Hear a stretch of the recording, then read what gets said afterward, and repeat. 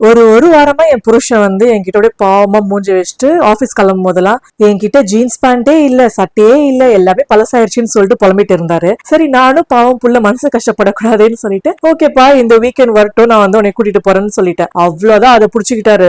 Weekend ஆனா என்ன எங்கேயுமே கூட்டிட்டு போக வேணாம், என்ன வீட்லயே விட்டாலே போதும், நான் உண்டு என் பெட் உண்டு, நான் பிறந்தனே கிடப்பேன். அப்படி பிறந்தாதான் எனக்கு அந்த வாரம் ஃபுல்லாவே வேலை ஓடும். நீ தானே ட்ரெஸ் வாங்கி தரேன்னு சொன்னேன்னு வான்னு கூப்பிட்டுட்டே கிடந்தாரு. சரி என்ன பண்றது, வாக்கு வர கொடுத்துட்டு வாங்க போலான்னு சொல்லிட்டு கிளம்பி போயாச்சு. இவர் கூட ஷாப்பிங் போறதுக்கு நான் மட்டும் இல்ல, என் ஃபேமிலில யாருமே விரும்ப மாட்டாங்க.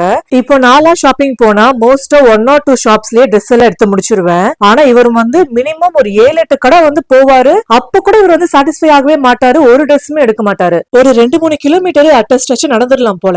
ஆனா இந்த வண்டியில ஏறுறது இறங்குறதுமா என்னால முடியவே இல்ல. முட்டி இடுப்புலாம் வலிக்க ஆரம்பிச்சிருச்சு. அப்ப கூட இவர் எனக்கு பாவம் பார்க்கவே இல்ல. எப்பா என்னால முடியலடா, நான்லாம் மண்டை சூடாகி நான் ஆட்டோல போயிட்டு நீ என்னத்தையாவது எடுத்துட்டு வான்னு சொல்லிட்டேன். இதுதாண்டி கடைசி கடை, இதுதான் கடைசி கடைன்னு சொல்லிட்டு என்னை கூட்டிட்டு போயிட்டே இருந்தாரு. சரி இத்தனை கடைக்கு போனோம்ல, என் மன திருப்திக்காகவாச்சும் ஒரு சட்டை எடுத்திருக்கலாம். ஆனா ஒரு கடைசி வரைக்கும் ஒரு கர்ச்சீஃப் கூட வாங்காம வீட்டுக்கு வந்தாரு. இதெல்லாம் விடுங்க, நடுவுல ஒரு வார்த்தை சொன்னாரு, நான்லாம் என் வாழ்க்கையவே வெறுத்துட்டேன். அது என்னன்னு நீங்களே கேளுங்களேன்.